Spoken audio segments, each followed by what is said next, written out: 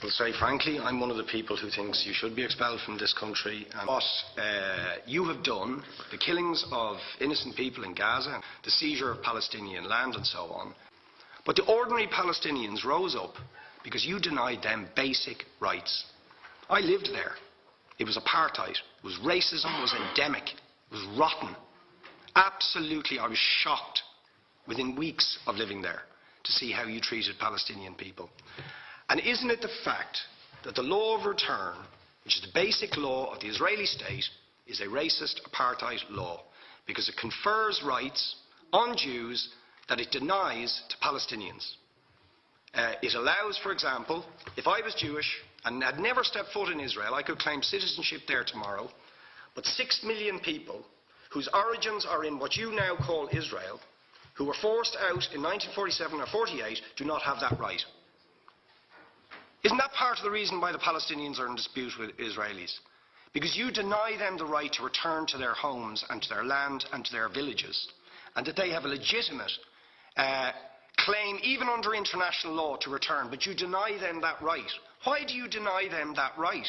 And why do you give that right to other people who have no connection whatsoever with the land, whether you call it Israel or whether you call it Palestine?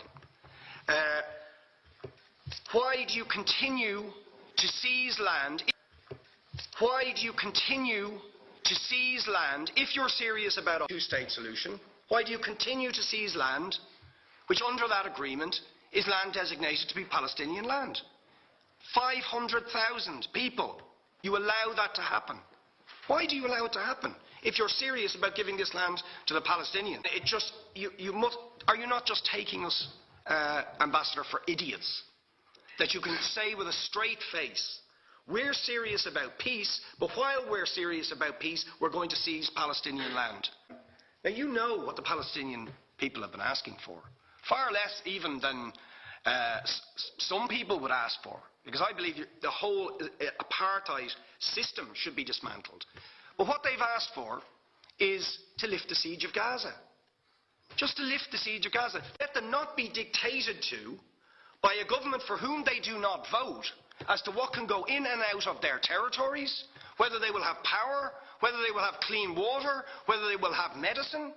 What makes you think you're allowed to have nuclear weapons and the fourth biggest army in the world and visit destruction on the people of Gaza, but they have no right to defend themselves?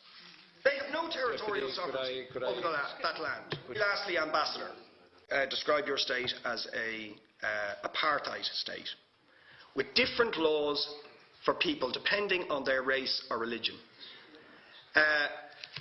Now, isn't that just the case that, for example, at checkpoints going into the West Bank, there's a channel if you're Israeli or European, and there's a channel if you're Arab?